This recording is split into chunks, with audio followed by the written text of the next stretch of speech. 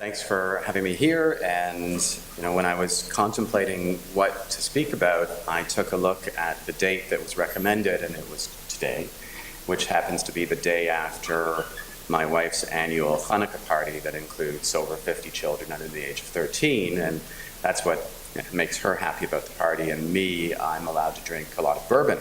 And so I needed to make sure, and I know that's not a healthy practice, but you haven't been to one of our Hanukkah parties. And so I needed to make a talk that I could deliver, perhaps in an incapacitated state, and also one that wasn't particularly heavy. It is the Christmas season, and I wanted to make sure that it was not a lots of numbers on PowerPoint slides type deal. And so there's no need for anybody to take any notes. It should be very straightforward. I'm a very informal speaker, so if there's a comment, question, concern, you're welcome to interrupt, and we'll see where we go.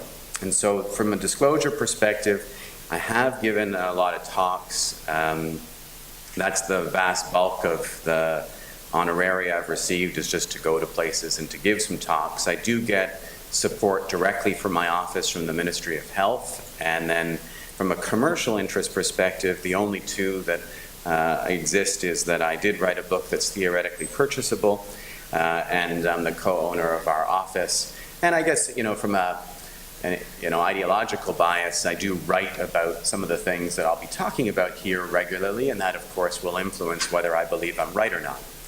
And so in terms of where to start, I think that it's important to note that we live in a world with a lot of hype around food, around obesity, around what's healthy and what's not healthy. This was actually this year the cancer risk in a portion of chips, so no more chips. The latkes that we ate last night, I'm sure we're fine, but French fries would be a bad plan.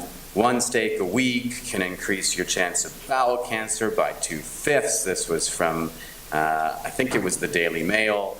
7 cups of tea is not apparently good for your prostate. But I mean, there really is not a day that goes by, or even a media vehicle that exists without the hype machine. The hype machine is a constant thing in terms of trying to understand and navigate what is good for you, what is good for your patients, and whether you buy into this stuff or not. As clinicians and researchers and healthcare professionals, I'm guessing that many of you are not as taken by these headlines, but some I know we still are, especially if it suits our own confirmation biases. But your patients for sure will be reading these things on a regular basis, and in many cases they may be getting quite worked up about these areas. It depends, of course, on what they are reading. Some productions are worse than other productions in terms of what sorts of hype you can find. So here's chocolate halting dementia. That's important for you folks in terms of relating that to your patients. And you can beat diabetes with coffee and cut your risk of strokes with tea. And yogurt also beats diabetes, and and so on and so forth. And so it's easy to point our fingers and make fun of the headlines that we see regularly. But it's not just the headlines that we see in newspapers and magazines and online and on Facebook shares that can be problematic. There's headlines here too, and I think the hospital actually has stopped selling some of the homeopathic and supplemental products that they once did. I know that I've taken pictures in hospital pharmacies of homeopathic preparations, which struck me as an odd thing to see here. But what's really problematic is that our government allows the sale of these products, and so your patients and yourselves, if you're ever in a pharmacy walking up and down the aisles, you will walk down aisles that claim and purport to treat and cure a whole pile and host of maladies with products that, according to the CHFA, which is I think it's the Canadian Health Food Association, are safe, effective, and high quality. I found this ironic. This photo is actually from the Ottawa airport, where the CFHA has mounted a campaign I'm not sure if it's still running there, to save our supplements, where they state that Canada is a world leader in regulating natural health products. Let's keep it that way. And it was interesting that the irony here is that this campaign was launched because there's a move afoot to actually regulate their products, where they would have to prove both efficacy and safety to continue to sell them. And so you would think that an organization that believes they're world leaders in regulating health products and that you've got safe, effective, high-quality products would have no concern whatsoever for increased regulatory oversight, because clearly they're safe, effective, and high quality. But when the suggestion was put forward to actually have increased regulatory oversight, this was the response of the CHFA. Just to speak to the efficacy, I'm not sure if any of you watched the television show CBC Marketplace. It was actually a fascinating episode they did, and you could watch it online if you Googled CBC Marketplace and Nighttime. And the reason why that would bring up a CBC Marketplace show is CBC Marketplace, in trying to explore some of the laxity in the current regulatory environment for these products, they made up a product. And they made up a product called Nighttime that was supposed to be for children to provide effective relief for fever, pain, and inflammation. And they were approved by Health Canada for a DIN number, and that's the regulatory oversight process currently for the products that you see on those shelves. There's other shelves that have products with claims on them as well. And forgive me, because some of these may be American, but the same thing is true in Canada, where we allow the fronts of packages of foods to recommend themselves to consumers on the basis of health. And so here, clearly the focus is on Cheerios and cholesterol levels, and with big banners, you can see Cheerios that have not just the heart of the bowl, but actual hearts, inferring that there's huge health benefits to cardiovascular disease. You've got a whole grain stamp. You might see a vitamin D shout out. Sometimes these companies do get shut down with their fronts of package claims. This one was removed from the marketplace fairly quickly. I know it's surprising that Cocoa Krispies does not help support your child's immunity, but the fact that this was actually launched in the marketplace demonstrates A, that there was a belief on the part of Kellogg's that they'd get away with it, and B, that there was a belief on the part of Kellogg's that this would influence choices and purchases and sales. And I believe both of those things because of what else is out there. And currently in Canada right now, there's a move from the government to try to change and improve our front of package labeling. The hope is to create a front of package program. Now, if you look at the top right-hand corner of the Cocoa Krispies, that's the sort of thing that industry wants, a lot of numbers that nobody will interpret, and a green color that suggests it's good for you. And that is the sort of what they are pushing to have happen. What Health Canada wants to have happen is a black and white system with a stop sign shaped logo that will highlight if foods are high in sugar, fat, or I think maybe sodium as well. What they didn't target was calories, but as you might imagine, the food industry is not at all fond of that idea, and they are trying to dig their heels in right now, and who knows where this will go. Whenever I talk about Health Canada and the food industry, I want to make two things clear. One is that I don't believe the food industry are a malicious group of Dr. Evil people trying to do the wrong thing. I think that they are people whose job it is to promote and protect the sale of their products, and they're doing that with whatever means they have at their disposal, just like their shareholders would insist upon. And when it comes to Health Canada, I think it's important too to note that it is not a mean thing or a bad thing to highlight the fact that they do have more to consider than just the health of Canadians. So Health Canada is an arm of government. It's not an arm's length organization that does its own thing. So it has to consider agricultural interest, industry interests. It considers its constituencies and re-election sort of things. Politics enters into the recommendations of Health Canada because it is a political arm of government. Obviously, we hope to see some nuance there, but again, that's not a mean-spirited thing, it's just factual. And so my hope is that we will get improvements to some of these claims. The hope, too, is that, again, for your patients and for yourselves walking through supermarket aisles, how do you navigate all of these things? People are in a rush. They don't have degrees in nutrition. They're not necessarily going to take the time to study the back of every single package they pick up. And so it really becomes problematic. You know, it becomes problematic when you can walk into the cafeteria here in a hospital and you can see vitamin water being sold in the hospital. I presume it's still here. It used to be here when I used to take pictures of it. I fixed this bus shelter poster. I think it had red yum, but not with actual spray paint, but with digital spray paint. I was able to fix this. But again, when you consider the average consumer and their belief system and what they're looking for, I mean, they really are looking for dietary heroes and dietary demons, where all of healthy living could be distilled into, if I eat this, I'm healthy, if I eat that, I'm unhealthy, so all I have to do is switch and I'm going to be good. And there's a lot of very humorous books that are written about diets and what people should and shouldn't consume, and you know, you can find all sorts of them. They're often stocked not in the humor section, but in the diet and nutrition section. But I think that you could potentially consider placing them into both.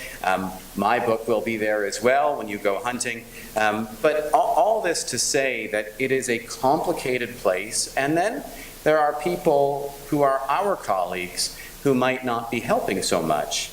You know, and there's a nice quote that I saw: if you can't dazzle them with your brilliance, baffle them with your bullshit. And I thought of gentlemen like this when I read that quote. You know, we really are, unfortunately, not likely to have the same push and impact with our patients that voices like Dr. Oz might have. And, you know, I've often wondered if, I don't know how you'd score it, but who has done more damage to public health, Andrew Wakefield or Dr. Oz? And I'm not entirely sure I know the answer, because pre-Dr. Oz, I don't think that sort of the celebrity medical doctor spouting nonsense existed. I think this is a new phenomenon. It's a growing phenomenon, certainly on social media and online. And so in terms of how to cope with all of this and how to deal with all of this, I think age-old strategies might be useful, and not paying any attention to all of this is a great way to go. And it's difficult because, you know, it's so easy to get seduced by the messaging that we're hearing out there. And again, I think probably easier for people who have not had medical, professional, scientific education. But it is very easy to get sucked into all of this, and it's especially easy when you remember that healthy living and sort of the principles of healthy living are not particularly confusing, they're not hard to find, they're easy to follow, and they're easy to recommend and counsel. And so I am going to talk about some of the lowest hanging fruit, and this is a fairly, again, like I said, it's a light talk, unlike the latkes I consumed. It'll be, I think, fairly straightforward, and there'll be time if you guys want for questions as well, and extra time for coffee. But before I start getting into the whys and wherefores of the boring of healthy living, I think it is important, given the audience that I'm speaking with right now, to mention that obesity and age needs to be interpreted differently. And I'm sure that you guys all know that, but because this is going to be a hosted talk online as well, I want to spell it out explicitly. You know, the research on weight and age would suggest a protective benefit beyond the age of 65. Now, this is epidemiologic studies. This is all comers, not individual patients. But when I see patients in my office who are 65 plus, if their weight is not obviously having an immediate impact on things like mobility, or they don't have a really truly weight responsive medical condition like type 2 diabetes, I will be much less likely to encourage them to lose than I will be likely to encourage them to take whatever motivation they had to put towards weight management, to instead put it towards exercise. And I'll be talking about exercise here, but I really do think it's important to point that out explicitly. So in those studies, BMIs of 27 to 30 demonstrated that they had potentially some benefit to longevity, that perhaps that was an energy storage pile that allowed people to weather inevitable medical storms. And those same studies suggested that having a BMI between 30 and 35 had the same sort of mortality risk as having a BMI of 20 to 25 beyond the age of 65. So I think it's important when you see your patients who are perhaps concerned about weight to just take a step back for a moment and have a real discussion with them about, why are they wanting to lose? What's the motivation? To explore what potential medical benefits they may expect to see if they were to lose, and then to decide together perhaps it is wiser to focus on, again, the fitness piece of things than it is to focus on the weight piece of things. And so as far as the low-hanging fruit of healthy living, I would start with a pretty straightforward one, and that is not smoking. Not smoking is perhaps the most important health behavior that a person could undertake. I think at any age there's benefits to quitting, of course, although I think that there are some exceptions as to when you're allowed to smoke. I think that, we have to consider our audience, and, sometimes perhaps we do get too caught up in trying to make everybody perfectly perfect. But not smoking, again, if somebody shows up in my office and they have the willpower to affect some form of lifestyle change, and they report to me that they'd be willing to consider smoking cessation, I will often suggest that that is a more important thing to do. Some will try to do that in conjunction with changing other things in their lives to do sort of a overall overhaul. But if somebody was weighing which they should do first, it would be a smoking piece. Now, the average person will gain 10 pounds or so with smoking cessation. It's still, I think, far more beneficial to not be smoking and be 10 pounds heavier. As far as other very straightforward things, I think drinking less. So I should have looked at this talk yesterday, but drinking is something that I think society does a fair bit of. I don't think necessarily we need to stop drinking and recommend that that we all become teetotalers. Smaller amounts of alcohol may be beneficial, less frequent amounts of alcohol may be beneficial. When you do get patients who are consuming a fair bit, I will regularly see people having, 1, 2, 3, 4 bottles of wine or more a week. In many cases, it's become, a bit of a ritual at night with dinner.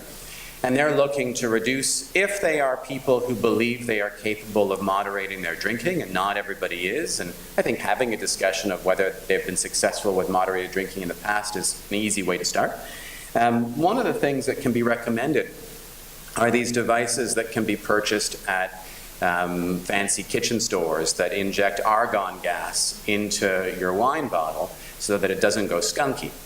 And the reason I bring that up is I'll encourage people who are drinking quite a lot to keep their budget for weekly alcohol, but to buy much more expensive weekly alcohol. And in so doing, they can enjoy a much finer bottle of wine rather than 4 mediocre bottles of wine. And devices like that can relieve the pressure of feeling it needs to be finished in one go. And so it's a fairly easy way to go. It doesn't always work, of course. Other easy, straightforward things would be smaller glasses so that people still psychologically feel like they're getting their fill. I had a patient who brought me a wine glass that actually an entire bottle fits in. And it doesn't look like that. I mean, it does look like a large glass, but it really doesn't look like that because the human eye, when it comes to especially things that are cylindrical, it's not very good at remembering the whole radius squared aspect of volume. And they just don't look the same. And so having small glasses may fool us into believing that we're actually getting more. I think this glass might not work so well, but having a 4-ounce elegant wine glass can be a way to also help to moderate things. Sleep is certainly a crucial piece, and I'm sure it's something that you folks deal with on a regular, constant basis. Exploring that with patients is really important. Exploring their sleep hygiene is important. It's a fairly straightforward thing to do. Some of the most basic pieces are to make sure that you've got a cool room, perhaps not quite as cool as this one, but certainly a room that's not particularly hot. There's a lot of talk, and it's easy enough to fix, to deal with blue screens before bedtime. So most of, if not all of the various phones nowadays will have abilities to turn off the blue light, and whether that affects melatonin or not, I'm not 100% sure that there's really wonderful, beautiful studies that show doing that will actually extend or improve the quality or quantity of sleep, but it is an easy enough thing to do that's totally harmless, and so iPhones have it built into their settings. I believe that Android has an app you can download that will do the same thing. They actually make TVs now that will automatically, beyond a certain time of night, change their color spectrum for viewers so that they can potentially get a better night's sleep. Quiet is a good idea. There's a lot of white noise devices, but if somebody has a smartphone, there's free apps that'll do that as well, which is very useful for traveling, for when we're in busy and loud hotels. Turning on one of those apps can help quite a lot. And darkness is a good idea too.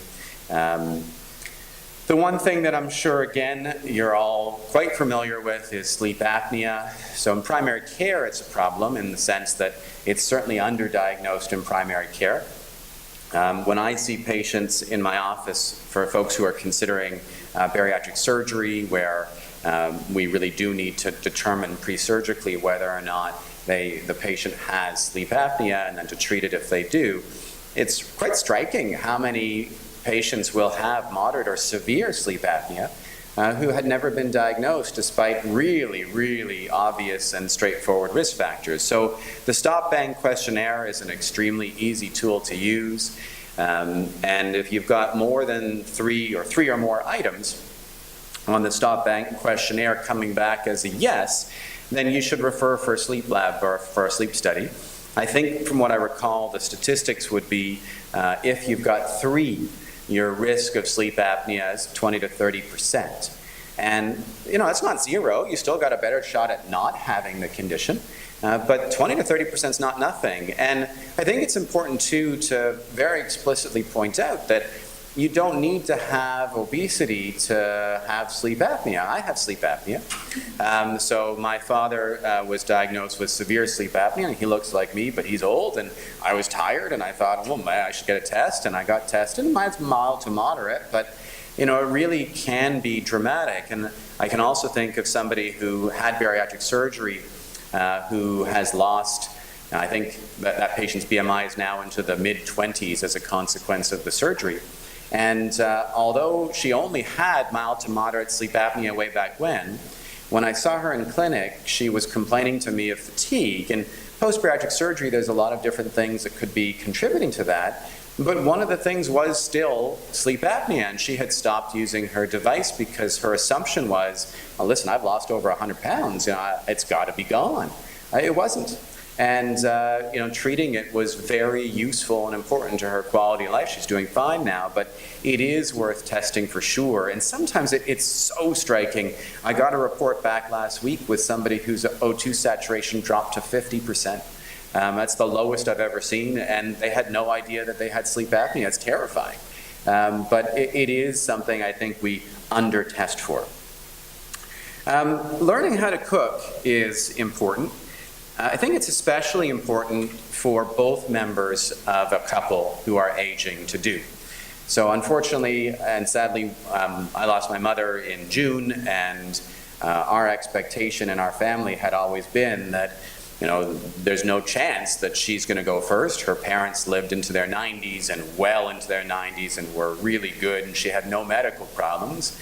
Presumptively, she had a cardiac arrhythmia, and down she went. And my father, who had relied on her his entire life, was suddenly left to his own devices. And he doesn't know how to cook, and she actually had no idea how to do any of the finances and that sort of thing. But it really struck me that the cooking piece as a life skill is one that a lot of children nowadays don't get because families aren't cooking regularly, but a lot of, aging men probably don't have either. And there are great services now that people can use if they have the financial means, and I realize that excludes a large percentage of people, but getting those services that deliver ingredients with a recipe can give people an easy way to start accessing cooking. We sometimes think about, and we'll talk about personal trainers and using them to help inspire, physical literacy and fitness. But there are courses that people can take as well, and I bet you that there is a niche out there for some enterprising person one day to start actually trying to work with older patients where, unfortunately, one of the couple has passed away and the other doesn't know how to cook in a manner that is appropriate for that population specifically.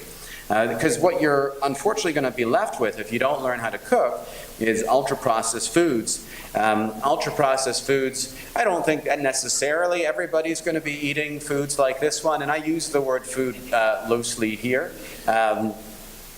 But, the reliance on boxes where the contents and the sugar, salt, and fat contents of these boxes are very high. For the geriatric population, the sodium piece might be very, very real.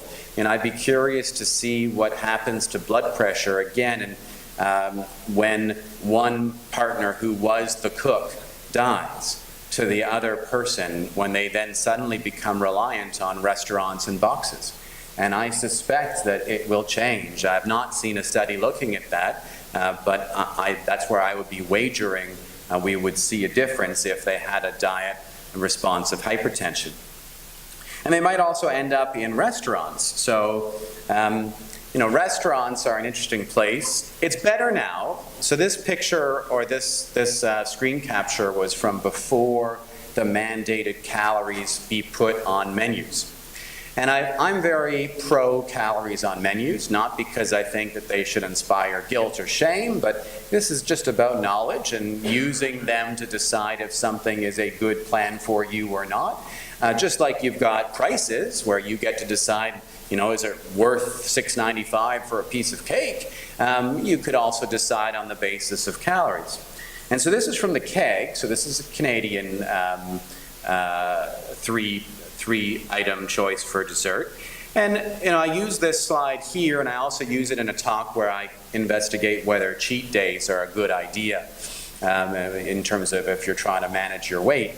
And it's a challenge if you can just think, okay, well, I'll eat whatever. But when I talk about this in the context of cheat days, I point out that probably even if you're on a cheat day, there might be this belief that, the carrot cake is the healthy choice because it has the word carrot in it.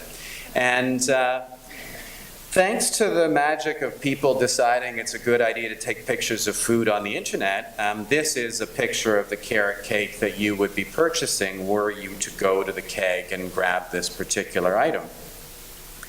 Does anybody want to wager, and if you've read my book where I mentioned this particular piece of cake, it doesn't count, but does anybody want to guess how many calories would be in this piece of cake with those 2 scoops of ice cream? Any takers? You can just shout it out. 900, 800. So, that's certainly a lot. So 800, 900, put that in perspective. I think there's 520 in a Big Mac. So, 900 would be like almost 2 Big Macs. And so that would be a fair number of calories. But you'd be very wrong. There would be 2,344 calories in that piece of carrot cake.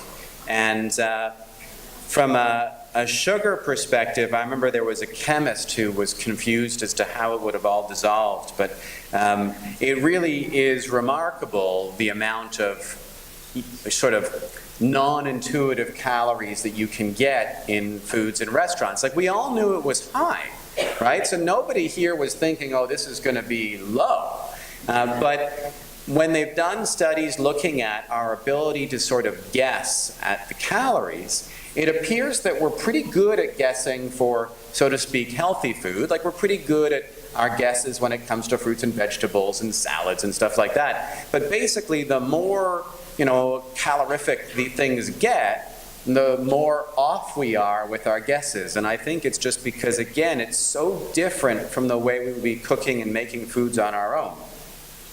In terms of dealing, though, like how do you deal with these sorts of things? It's Christmas and Hanukkah time and other holidays too time, I'm sure, and I apologize for just singling out those two.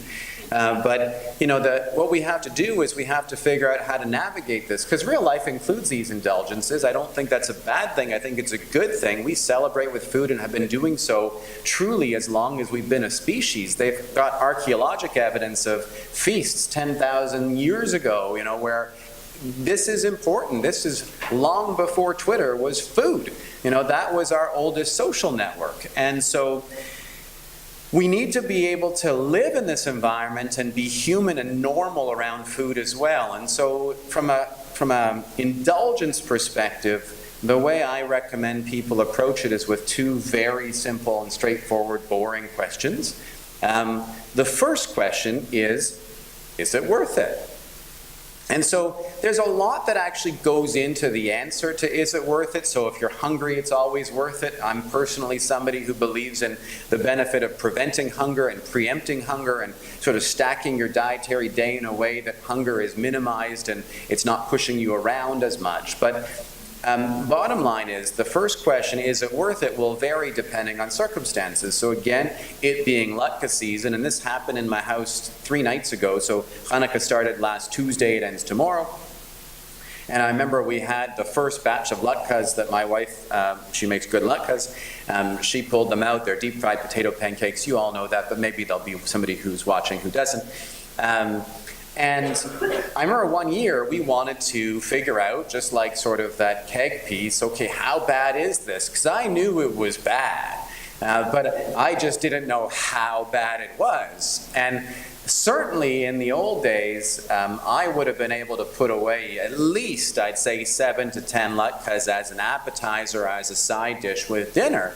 And I thought it would be a good idea and a good exercise to figure it out. And so we quite literally weighed all the potatoes that were in the batch that we were making. We weighed all of the onions, and then it's just salt and pepper. We weighed the eggs, or we measured the eggs. And then for the oil, we took the oil and we put it into a measuring cup, and then we continued to use the measuring cup's worth of oil in the frying. And then when we were finished frying, we poured what was left back into the cup to see how much oil we actually used. Then we counted all of the latkes and we divided. And I was very, very sad to learn that in our very small latkes, because they're probably about this big, so not that large, sort of the diameter of the cup that we've got for our coffee here, and not so thick. We're not one of those, some families do these really thick ones. We're thin and crispy. Each one of those tiny things had about 100 calories in it. And when you've got 10 as an appetizer, that's a lot now. So anyhow, all this to say is we're sitting at the table, and we're having our first batch of latkes, and they're delicious, and we don't get them that often, which heightens the ante of the value of that food hedonically, because it's been a year basically since we had them the last time.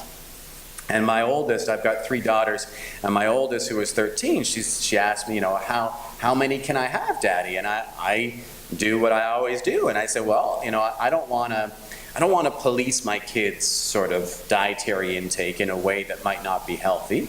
She's a smart girl, and even the 8-year-old can ask and answer these questions, because this is the second question, because is it worth it? Is for sure it's worth it. It's Hanukkah, and they're here, and we're going to eat them. So the follow-up question is, what's the smallest number that's going to work for you? So I remember what I said to her was, well, listen, I know these things are delicious, but I also know eating a lot of them might not be a great choice from a health perspective. So, I asked myself, okay, well, what's the number that I'm going to have that's going to make me satisfied? What's the smallest number that's going to work? And we came up with 3. And she agreed. So she did on her own. She came up with 3. And we've done this with the kids too for Halloween. It's the same process. We're like, listen, it's Halloween, it's worth it, you're going to have candy, but what's the smallest number that's going to be satisfying and happy-making for you? And you know, they are able to navigate this. There will be some cheeky kids who say, you know, 50. And then those kids you might then explore, okay, you're going to have 50, but let's see how much, I don't know, sugar that is. And you can actually, there's about 2 teaspoons of sugar per most candy at Halloween. So you can show 50 teaspoons of sugar or 100 teaspoons of sugar, and even cheeky kids might think, oh, maybe that's not a great idea. Bottom line is that we can navigate indulgences with those 2 simple questions. Is it worth it? What's the smallest amount of it I need to be happily satisfied? But if you don't ask the questions, it will always be worth it. And if you don't ask the follow-up of the smallest amount, you're going to have more than that. You know, there's no question. And then if you have that smallest amount and you think, you know what, I want more, just ask the questions again. Is more worth it? And what's the smallest amount I need to be happily satisfied? And it will continue to be worth it for my family to have latkes for a few more days, but then, you know, maybe less so after time. In terms of happiness and health, I think social connections, you guys definitely know this better than most of us. The social connections do matter. They've been associated with reduced levels of cortisol, improved sleep, reduced heart disease risk and stroke, slower cognitive decline, less inflammation systemically, improved immune function. So I think that ensuring that people cultivate their relationships and exploring their social circumstances and social networks, you know, it doesn't need to be a spouse or a loved one, but finding out if people are actually maintaining ties with their friends and then exploring perhaps some of the barriers as to why not. Is an important and valuable piece in their health and their pictures overall. I'm not sure how often that automatically gets done in your offices, but I can say that in family practice, it's probably not that regular. I mean, we might assume or, you know, think about it briefly, but actually diving into it with your patient might help to uncover a lot of things about them that you didn't know when you explore the barriers as to why perhaps they are not actually cultivating their friendships. And then, you know, I think the king of everything or the queen of everything is exercise. You know, exercise, I do think it is the world's best drug. It is explicitly not a weight loss drug, I should point out. It does not tend to drive the scale very much at all. And in fact, I would argue that if the belief is there that exercise is going to push that needle, it may be beneficial for you to explicitly discuss the lack of evidence for that statement with your patients. And the reason I say that is not to discourage exercise. On the contrary, it's if somebody starts exercising, again, the world's healthiest possible behavior, in the name of losing weight, and they don't lose weight, they may stop exercising. I mean, that's why the gyms are full in January and empty in March. I mean, it's a business plan for the gyms to count on that. And there has been some very early and preliminary research that would support that statement, that when people get discouraged that they don't lose weight, they stop going to the gym.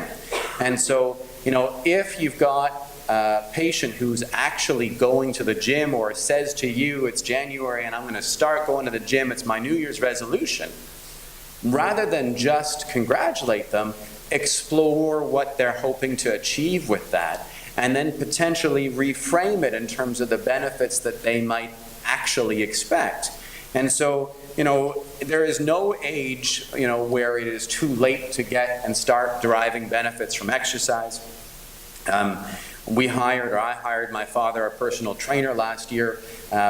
He was 81 because I don't think was exercising as much as would be good for him, and then I knew that he would never pay for it, so if I did, he'd feel so much guilt that he would actually continue to use that trainer.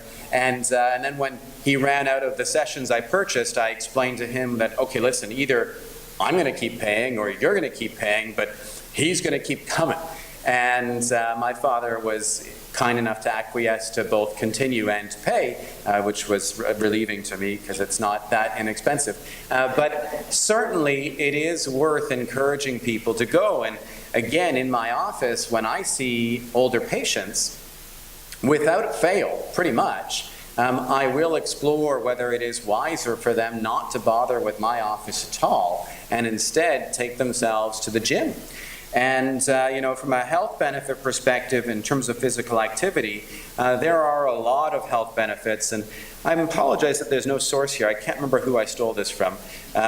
It was a journal article, or a journal, it was BMJ or Lancet, it was somebody.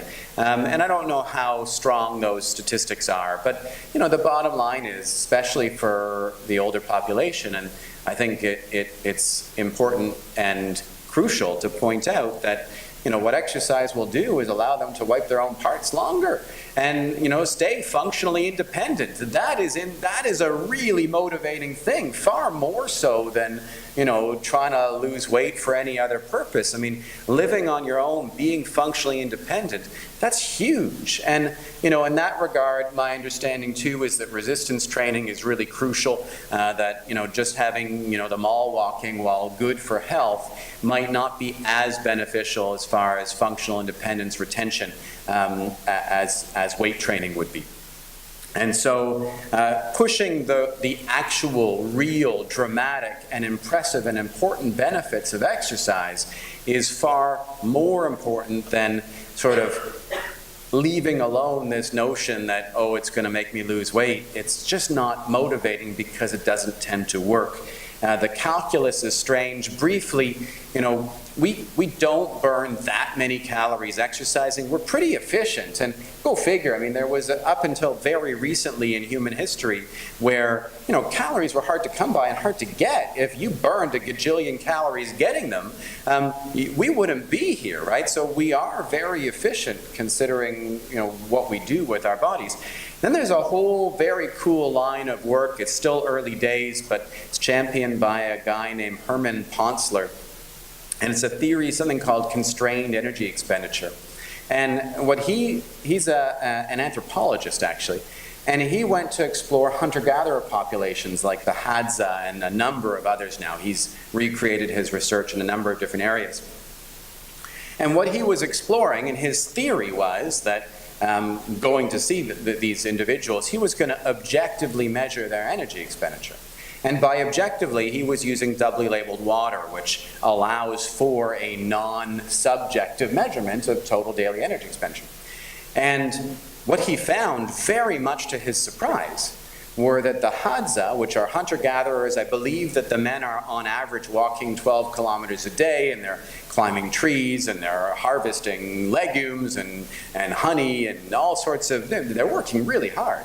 That their total daily energy expenditure was the same as ours.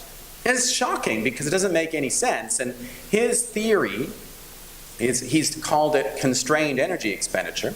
And what his theory is that as we ramp up our intentional exercise, something else in our bodies ramps down. So he thought, one of the early thinking around this was that it was non-exercise activity thermogenesis, so we fidget less, when we're not doing stuff, we're just doing less, but actually some of the work that he's done with the doubly labeled water and with the definition of NEAT would suggest that's definitely not all of it. He wonders more about things like, internal calorie burn, whether or not the muscle tone of our bowels and other parts of our bodies that we can't control might change. Maybe our temperatures are adjusted by this, but that ultimately, despite the expectation of a linear increase in calorie burn, that there's just this very small window where you go from sedentary to slightly active, where you end up actually consistently burning more calories. But after that, even if you jack it up really high, you're not necessarily going to burn that much more. And that may help to explain the disappointment that many people feel in the gym.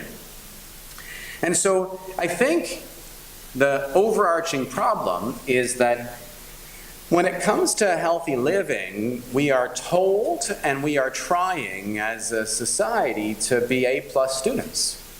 And at least for most of us, getting an A+ is really hard. It was really hard for me. I was not a naturally gifted student by any means, and getting into medical school did involve opening and closing the library at university for many years and working my tush off. And I had friends who were actually smart, unlike me, who didn't have to work as hard to get their marks. But the exponential increase in effort to get an A+ in school, I think, is comparable to what we see with healthy living today.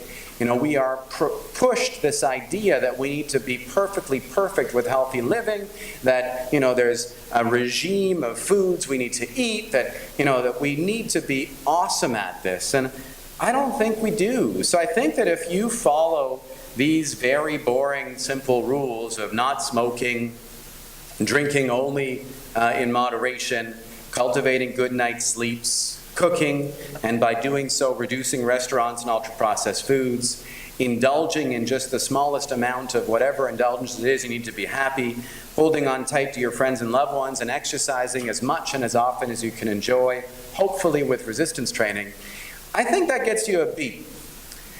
I think a B is a pretty good grade. You know, a B is good. And I think that if we can encourage ourselves as individuals and challenge these 7 things, whatever we're not doing awesome at, trying to improve these 7 things, you don't need to read diet books. You certainly don't need to worry about the diet of the day or, you know, this food or that food or the other. I think that a B in healthy living is unlikely to lead to a dramatically reduced lifespan. I have no proof, this is non-evidence-based, but I don't think that a B in healthy living is going to make you die dramatically younger or have a dramatic amount more morbidity. And I do wonder whether the mental anguish of trying to be an A+ in healthy living actually erodes quality of life. I would also wonder whether or not the people who try to have an A+, how many of them quit going to class when they don't get that grade and ultimately fail the course. And so my overarching recommendation is a B is a good grade. You don't need to be perfect, and you can probably just ignore a lot of the noise. Thank you very much.